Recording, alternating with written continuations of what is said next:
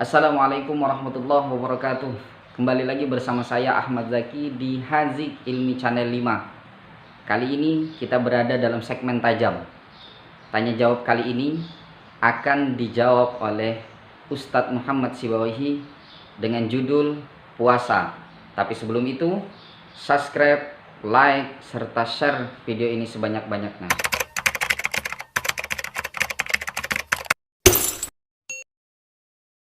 Assalamualaikum warahmatullahi wabarakatuh. Waalaikumsalam.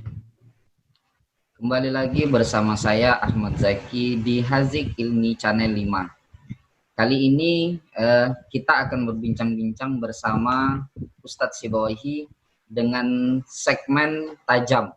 Sebelum kita mulai, saya mau sapa dulu Ustadz Sibawahi. Assalamualaikum Ustadz. Waalaikumsalam warahmatullahi wabarakatuh. Sehat Ustadz? Alhamdulillah sehat walafiat. Alhamdulillah. Kemarin kita tanggal 14 membahas tentang yang lagi viral di sosmed. Kali ini kita akan tanya jawab bersama Ustadz Sibawahi. Sekitar ada beberapa pertanyaan, dan pertanyaan ini Ustadz saya kumpulkan dari media-media sosial seperti Facebook, udah itu WhatsApp. Kemarin saya kumpulkan juga dari grup-grup WhatsApp yang grup One Day One Juz Al-Quran, seperti itu. Saya buat grup seperti itu. Jadi saya tanya, mana tahu ada pertanyaan-pertanyaan yang masih menyangkut di hati atau gimana, jadi bisa kita tanyakan seperti itu. Begitulah Ustadz. Langsung saja Ustadz, kita mulai pertanyaan yang pertama. Ini Ustadz ada pertanyaan dari ibu-ibu. Assalamualaikum Ustadz, katanya. Saya mau nanya, kalau untuk ibu hamil dan ibu menyusui itu tidak berpuasa, apakah cuman bayar fidyah atau mengkodok saja atau mengkodok juga? Nah, seperti itu Ustadz. Mohon penjelasannya Ustadz. Waalaikumsalam warahmatullahi wabarakatuh. Penanya yang budiman, semoga selalu dirahmati oleh Allah Subhanahu wa taala. Amin. Jadi perempuan yang menyusui itu atau ibu hamil itu diperbolehkan tidak berpuasa sepanjang berpuasa itu bisa membahayakan kesehatan dirinya atau anaknya atau salah satu dari keduanya. Menurut mazhab Syafi'i, jika seorang perempuan yang sedang menyusui melakukan puasa dan dikhawatirkan akan membawa dampak negatif pada dirinya beserta anaknya atau dirinya saja atau anaknya saja, maka ia wajib membatalkan puasanya. Dan tentu baginya berkewajiban untuk mengqadha puasa. Jika dikhawatirkan membahayakan anaknya saja, maka ia tidak hanya berkewajiban untuk mengqadha puasa, tetapi juga dia harus membayar fidyah. Hal ini sebagaimana dikemukakan oleh Abdurrahman Al-Juzairi di dalam kitabnya. Teksnya itu bunyinya begini. Asy-Syafi'iyyatu qalu al-hamilu wal murdi'u idza khafata bis-shaumi dararan la yuhtamalu sawa'un kana al-khawfu ala anfusihima wa waladayhima ma'an aw ala anfusihima faqat aw ala waladayhima faqat wajaba 'alaihima al-fitru wa 'alaihima al-qada'u fil ahwali as-salasati wa 'alaihima aidan al-fidyatu ma'al qada'i fil halatil akhirati wa hiya ma idza kana al-khawfu ala waladihima faqat. Artinya lebih kurang begini. Jadi mazhab Syafi'i berpendapat bahwa perempuan hamil dan menyusui ketika dengan puasa khawatir akan adanya bahaya yang tidak diragukan lagi, baik bahaya itu membahayakan dirinya beserta anaknya, dirinya saja atau anaknya saja. Maka dalam kondisi ketiga, yaitu ketika puasa itu dikhawatirkan membahayakan anaknya saja, maka mereka juga diwajibkan membayar fidyah. Tidak hanya kodok puasa, tapi juga wajib membayar fidyah. Ini bisa dirujuk di dalam kitab Al-Fiqhu ala Mazahibil Arba'ah, terbitan Beirut. Cetakan kedua, halaman 521. Sedangkan fidyah yang harus dibayarkan adalah 1 mud. 1 mud berupa makanan pokok. Kita di Indonesia khususnya makanan pokoknya adalah beras, ya, berarti beras. Nah, untuk setiap hari itu 1 mud, untuk setiap hari puasa yang ia tinggalkan, yang kemudian nanti diberikan kepada fakir atau orang miskin. Lalu pertanyaannya mungkin berapa ukuran 1 mud? Nah, mungkin seperti itu. Ukuran 1 mud itu adalah 6 ons atau 675 gram beras. Jika kita bulatkan ya 7 ons. Jadi jika puasanya tinggal 1 hari, berarti dia harus bayar 7 ons beras. Kalau orang Jambi kan bilangnya 7 mato, ya. 7 ons. Bahasa Indonesia, orang Jambi bilangnya 7 mato. Berarti Ustadz sama berarti kalau kita beli kayak model nasi bungkus gitu, 1 bungkus gitu ya Ustadz? Atau harganya kitaran berapa gitu Ustadz? Iya bisa kalau memang mau diuangkan dengan nasi bukan diuangkan, dipindahkan ke nasi komplit lauknya kan? Ya betul. Ya bisa juga menurut sebagian ulama. Artinya mana yang lebih praktis, mana yang lebih bagus, lebih maslahah untuk diberikan kepada fakir dan miskin. Kemudian untuk mengetahui apakah puasa perempuan yang sedang menyusui itu membahayakan atau tidak, nah itu dapat diketahui berdasarkan kebiasaan sebelum-sebelumnya atau berdasarkan keterangan medis atau dugaan zonnya yang kuat. Nah, ini sebagaimana diungkapkan atau dikemukakan oleh Said Sabiq dalam kitabnya Fiqh Sunnah. Begini redaksinya, ma'rifatu zalika bitajribati au bi ikhbari tabibi as-siqati au bi ghalabati zon. Jadi untuk mengetahui apakah puasa tersebut bisa membahayakan bagi dirinya beserta anaknya, dirinya saja atau anaknya saja, itu bisa melalui kebiasaan sebelumnya atau keterangan dokter yang terpercaya atau dengan dugaan yang kuat. Nah, setelah kita mengetahui kedudukan hukum berpuasa bagi orang yang sedang menyusui, lantas bagaimana dengan waktu pelaksanaan qada sekaligus pembayaran fidyah? Nah, jika ia meninggalkan puasa dengan alasan apabila ia tetap melakukan puasa akan membahayakan anaknya, bahwa alasan kewajiban untuk meninggalkan puasa bagi orang yang sedang menyusui adalah adanya kekhawatiran akan membahayakan dirinya beserta anaknya, dirinya saja atau anaknya saja. Nah, di sini dapat dipahami bahwa kewajiban qada tersebut bisa dilakukan setelah bulan Ramadan atau bisa juga dilakukan di luar Ramadan. Jadi kapan dia punya rezeki atau punya dana, nanti tak harus pas bulan Ramadannya itu. Bisa saja nanti setelah bulan Ramadan. Nah, nanti ya tentunya diberikan kepada orang miskin. Misalnya dia puasanya tinggal 10 hari. Berarti kan jatuhnya kan 10 mud.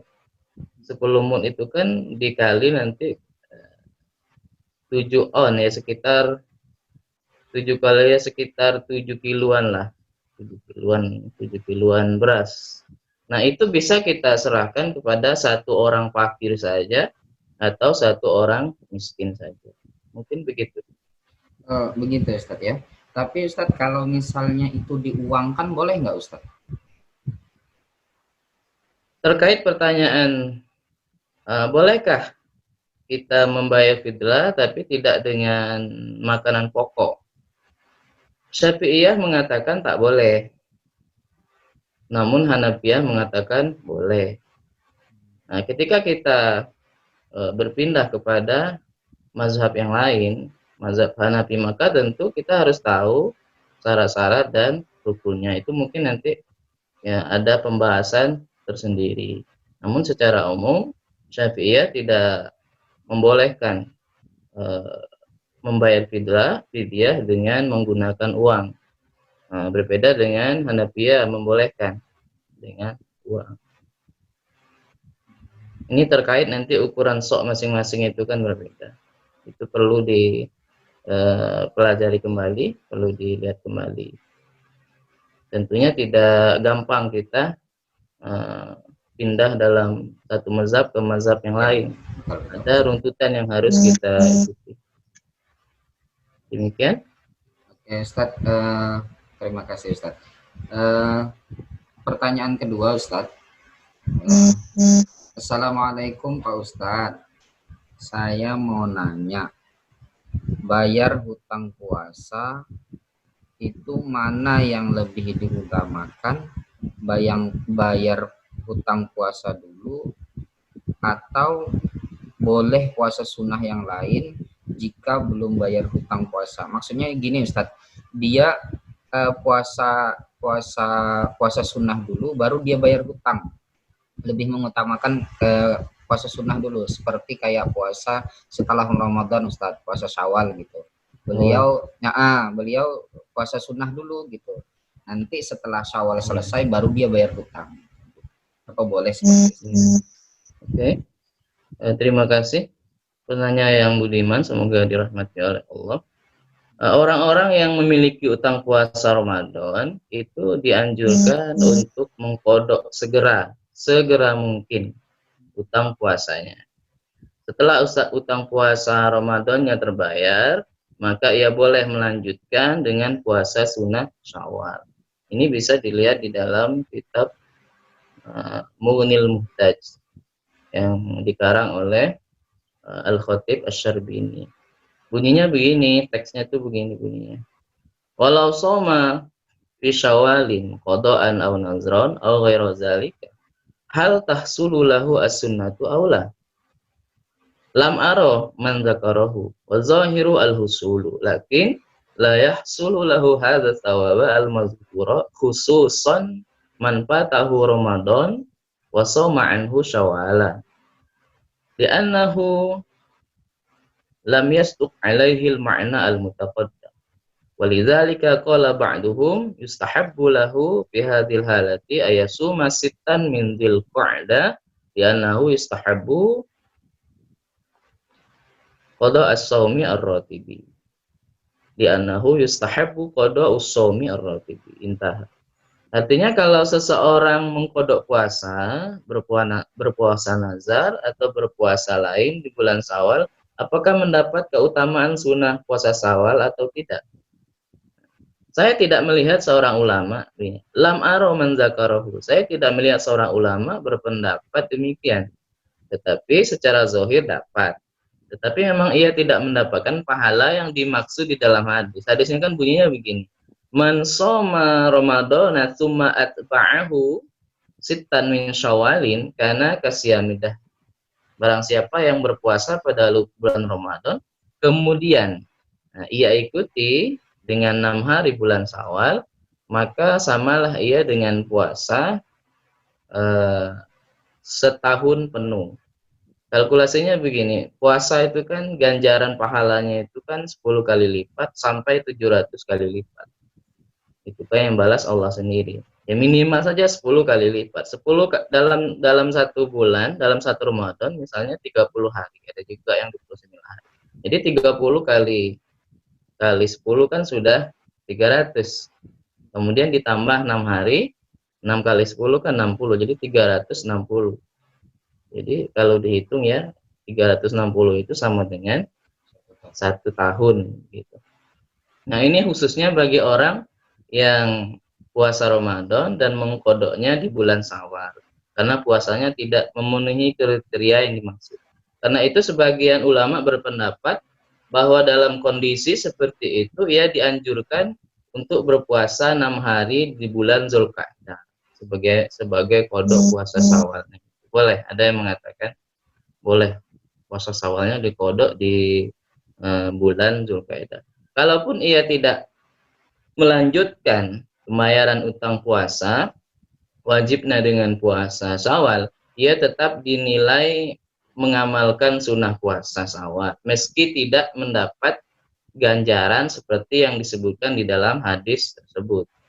Nah, adapun mereka yang tidak berpuasa Ramadan tanpa uzur yang diharamkan untuk mengamalkan puasa Syawal, mereka wajib mengkodok segera utang puasanya.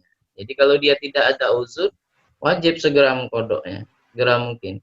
Sementara mereka yang tidak berpuasa Ramadan karena uzur, tertentu karena uzur, maka makruh mengamalkan puasa sunnah Syawal. Di dalam kitab Nihayatul Muhtaj karangan Syamsuddin Ar-Ramli, bahwasanya disebutkan banyak ulama yang menyebutkan bahwa yang tidak berpuasa Ramadan karena uzur, perjalanan, masih anak-anak atau masih kuku, tidak dianjurkan puasa sunnah 6 hari di bulan Syawal. Bahkan Abu Zur'ah berkata tidak begitu juga. Ia tetap dapat, ini perbedaannya di kalangan ulama. Nah, tidak begitu juga, ia tetap dapat pahala sunnah puasa Syawal meski tidak mendapatkan pahala yang dimaksud, karena efeknya setelah Ramadan bagaimana tersebut di dalam hadis tersebut. Namun ketika ia sengaja tidak berpuasa di Ramadan tanpa uzur, maka haram nanti baginya puasa sunnah. Ini masalah yang di dalam kitab disebutkan oleh Mahamili di sini, ini mengikuti pandangan gurunya, yakni Al-Jurjani. Kesimpulan dari hadis ini, orang yang belum menyempurnakan puasa Ramadan karena uzur, ia tidak disunahkan puasa Syawal. Berbeda dengan pendapat Abu Zur'ah yang di atas, yang menyatakan tidak demikian. Ia tetap mendapatkan kesunahan puasa, namun tidak mendapatkan pahala seperti yang terdapat pada hadis tersebut. Karena hubungan dengan puasa Ramadan itu sendiri. Oleh karena itu, orang yang masih punya hutang puasa Ramadan harus kodok dahulu. Setelah kodok, baru dia melakukan puasa Syawal. Mungkin seperti itu. Berarti Ustaz, dia harus kodok duluan Ustaz ya, baru utamakan kodok puasa dulu, karena dia uzur ataupun tak uzur memang dianjurkan kodok. Kita masuki pertanyaan yang nomor 3 Ustaz. Ini dia bertanya Ustaz, kalau misalnya dia hutang puasanya itu udah lama, contoh tahun kemarin dia punya hutang tapi nggak sempat balas, nggak sempat bayar Ustaz. Nah tahun ini dia punya hutang lagi, apakah itu dijadikan katanya datang puasa, apakah itu dijadikan double atau gimana Ustaz? Ada yang mengatakan itu jadi double seperti itu. Menurut Ustaz gimana Ustaz? Oke. Terkait puasa belum dikodok puasanya gitu ya. Ya puasanya sebelum sempat dikodok, datang sudah masuk Ramadan lagi. Iya Ustaz. Itu memang banyak terjadi, apalagi terutama bagi ibu-ibu hamil atau ibu-ibu yang menyusui. Jadi orang yang memiliki uzur seperti sakit berat, bepergian jauh, wanita hamil, dan wanita menyusui memang mendapatkan keringanan untuk tidak berpuasa Ramadan. Hari-hari di saat mereka tidak berpuasa Ramadan dihitung sebagai hutang puasa Ramadan. Artinya mereka wajib melunasi hutang tersebut pada saat uzur. Mereka wajib melunasi hutang tersebut pada saat uzur mereka telah tiada, bukan pada saat uzur ya, pada saat uzur mereka sudah tidak ada lagi. Misalnya tadi, misalnya perempuan yang wanita yang menyusui tadi atau wanita yang sedang hamil tadi khawatir terhadap anaknya atau khawatir atas dirinya, setelah dia sudah dinyatakan aman baru dia melunasi hutangnya itu. Hal itu sesungguhnya berdasarkan firman Allah, "Faman kana minkum maridun aw 'ala safarin fa'iddatun min ayamin ukhra." Barang siapa yang diantara kalian maridun, sakit, au ala safarin, atau dalam perjalanan jauh, maka hendaklah ia mengganti saumnya itu pada hari-hari yang lain. Nah, pelunasan hutang atau kodok puasa Ramadan ini dikerjakan pada hari-hari yang diperbolehkan untuk puasa. Ya tentunya selain hari-hari tasyrik, selain hari raya Idul Fitri, selain hari raya Idul Adha.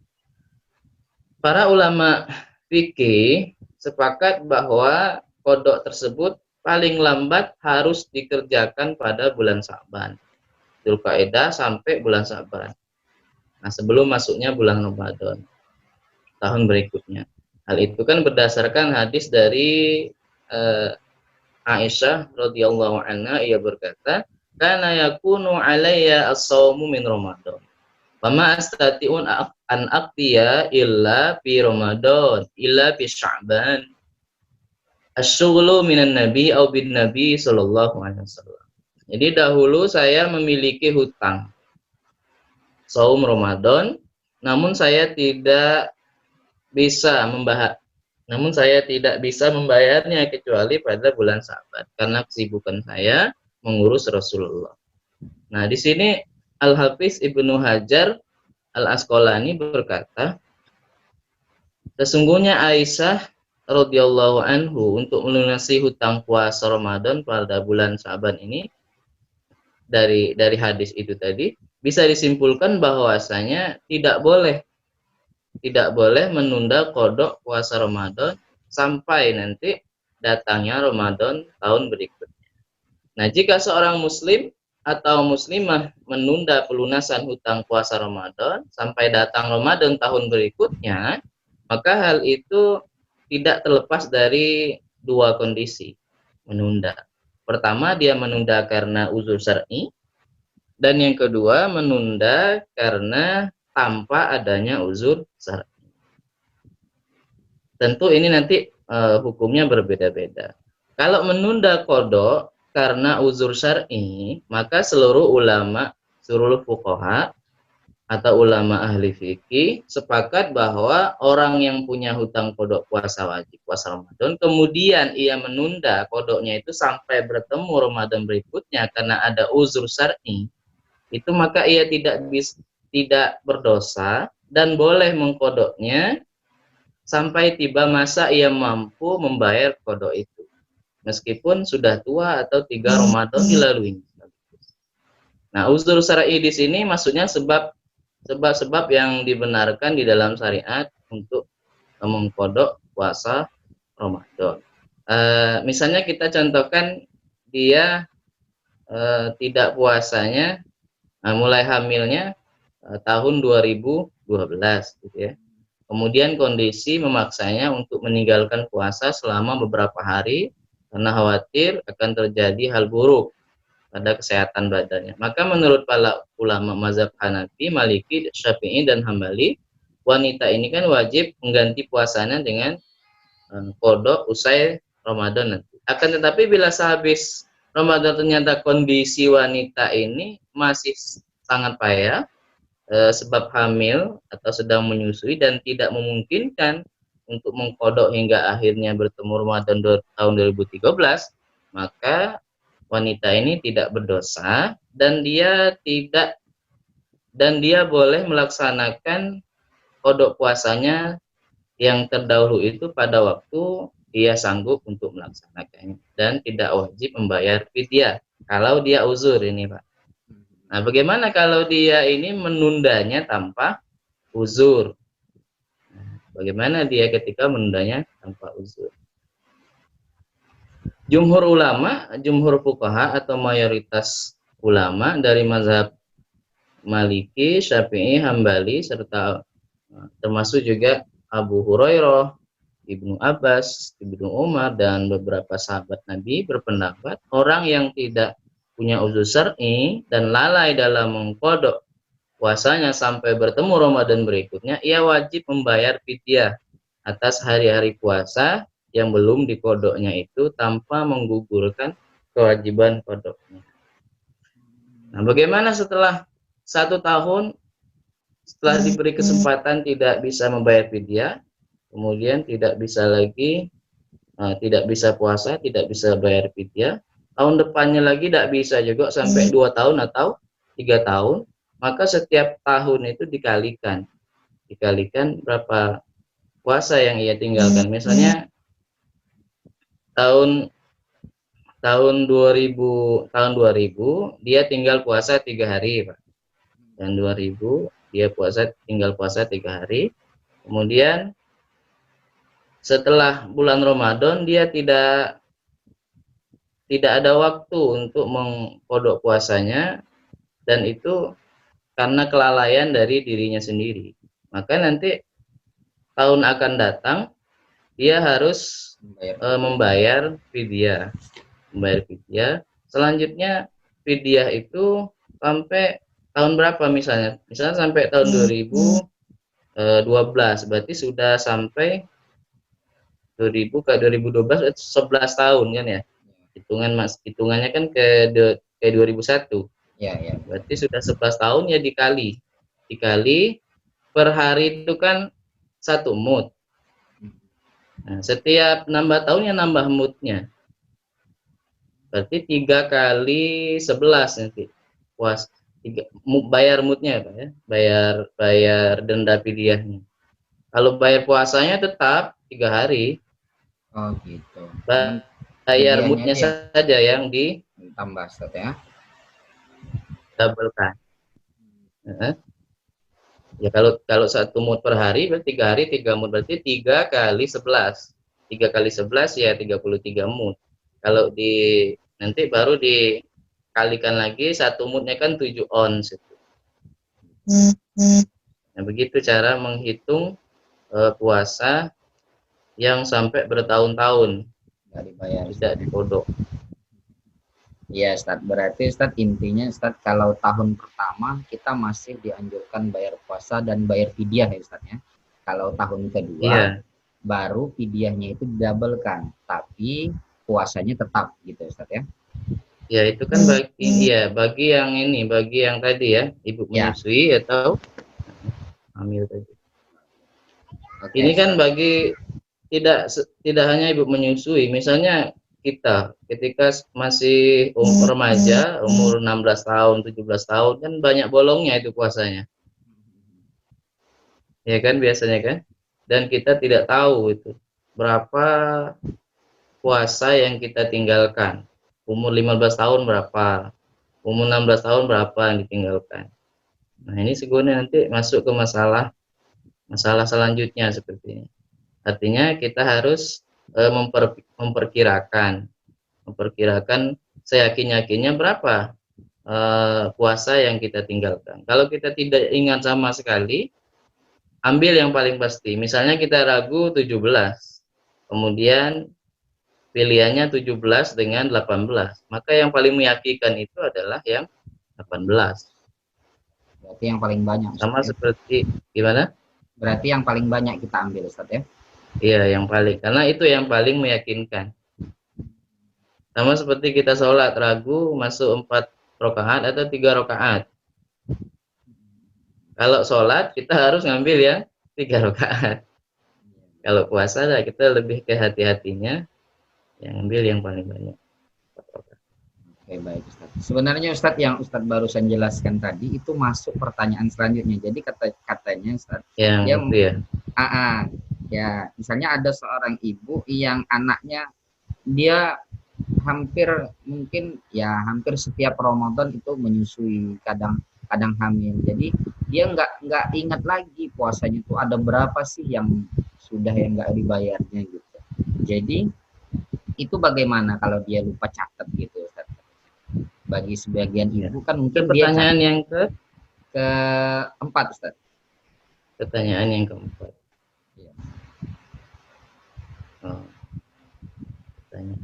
Ya, jadi tadi itu ya sudah saya singgung tadi sedikit. Jadi ketika dia punya tanggungan puasa, yakin punya tanggungan puasa, tapi tidak ingat jumlahnya berapa. Gitu, Pak ya? Iya, iya, betul, betul. Tidak ingat jumlahnya berapa. Kita ambil yang ini saja lah, gampang saja. Misalnya tahun kemarin, 2 tahun yang lalu, si A ini sudah mulai nih, sudah mulai baligh, sudah mulai mukallaf, artinya kan dia sudah punya kewajiban puasa. Karena dia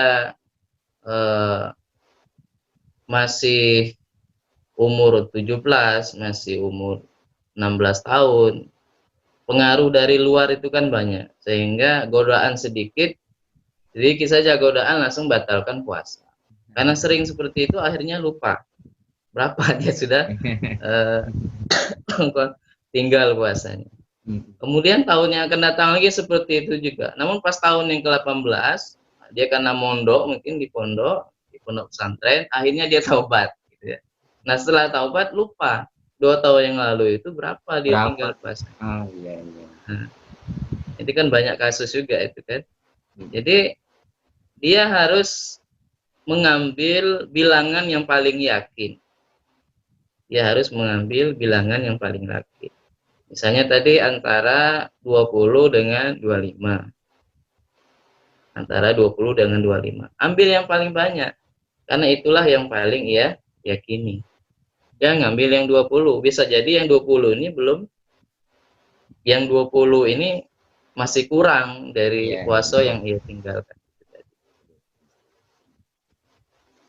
Ya, begitu. Baik Ustaz, terima kasih Ustaz.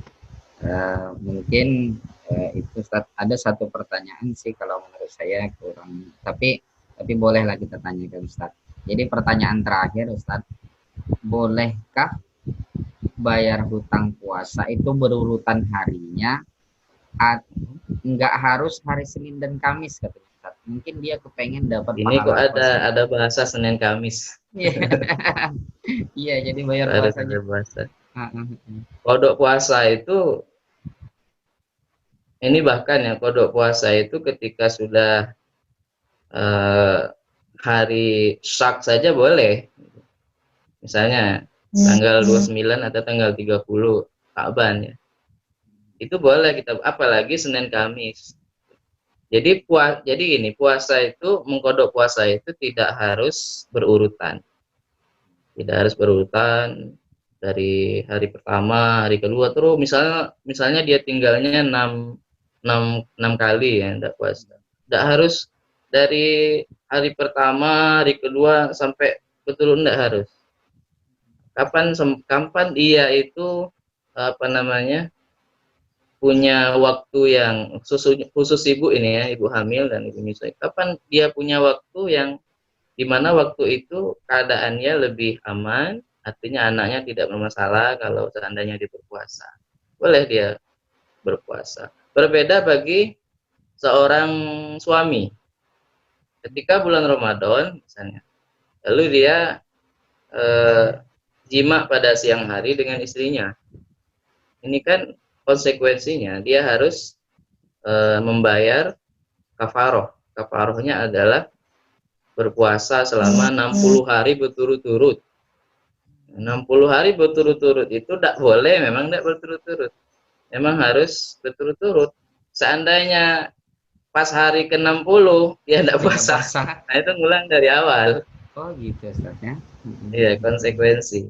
Itu kalau puasa kafaroh bagi yang melakukan jima pada siang hari khususnya suami. Kalau yang tanpa itu tadi, bukan kasusnya, bukan ini, itu tak harus berturut-turut. Mungkin seperti itu. Itu kalau melanggar Ustaz. Jadi kalau misalnya yang biasa nih Ustaz, misalnya dia kerja atau apa kelelahan gitu, dia pada hari itu membatalkan puasa, maka Ustaz bayarnya seperti apa Ustaz? Apakah harus gimana? Misalnya dia ada kerjaan atau ada job atau ada apa ya kan, membatalkan puasa dia misalnya selama 6 hari. Nah itu membayarnya untuk bapak-bapak nih Ustaz ya. Itu membayarnya apa harus berurutan atau boleh hari ini, minggu ini sekali, minggu depan sekali atau Ini siapa yang bapak-bapak? iya. Kalau ibu-ibu hamil tadi kan kata Ustadz kan tidak harus berturutan harinya. Tapi kalau misalnya bapak-bapak dia kerja dan tidak memungkinkan dia puasa, itu bagaimana? Apa harus berurutan Ustadz seperti kafarat tadi atau boleh hari ini puasa besok tidak? Yang mana? Yang kafarat jima tadi ya? Enggak, bukan Ustadz, bukan. Jadi Bukan yang normal. iya, yang normal, yang biasa saja. Iya. Sama seperti tadi sudah ada saya jelaskan bahwasanya orang yang meninggalkan puasa, orang yang meninggal puasa bukan karena uzur, maka dia harus segera mengkodok puasanya. Segera itu juga, apalagi laki-laki kan itu kalau kerja itu sebenarnya bukan alasan untuk membatalkan puasa. Iya, ada alasan untuk membatalkan puasa. Ada juga kemarin yang mengatakan corona, gara-gara corona Enggak jadi puasa boleh perlu di ininya gitu. Jadi dia harus segera mungkin mengkodok puasa. Perkara berturut-turut atau tidak itu tidak ada kewajiban. Yang jelas dia harus segera mengkodok puasa. Tidak harus berturut-turut. Boleh juga Senin Kamis atau luang. Tidak harus berturut-turut. Yang berturut-turut itu hanya itu tadi. Yang kena ya. Oh itu luar biasa itu. Iya, Ustaz. Ustaz, terima kasih Ustaz. Kali ini kita berbincang-bincangnya masalah tanya jawab Islam. Semoga yang mendengarkan itu menjadi paham dan berkah untuk kita semua. Ustaz. Amin. Ustaz, sekali lagi Ustaz, terima kasih. Sampai di sini dulu Ustaz. Saya akhiri. Assalamualaikum warahmatullahi wabarakatuh. Waalaikumsalam warahmatullahi wabarakatuh. Terima kasih saya ucapkan bagi siapa saja yang menonton video ini sampai akhir. Semoga bermanfaat kepada kalian semua, terutama untuk saya pribadi. Saya akhiri. Wassalamualaikum warahmatullahi wabarakatuh.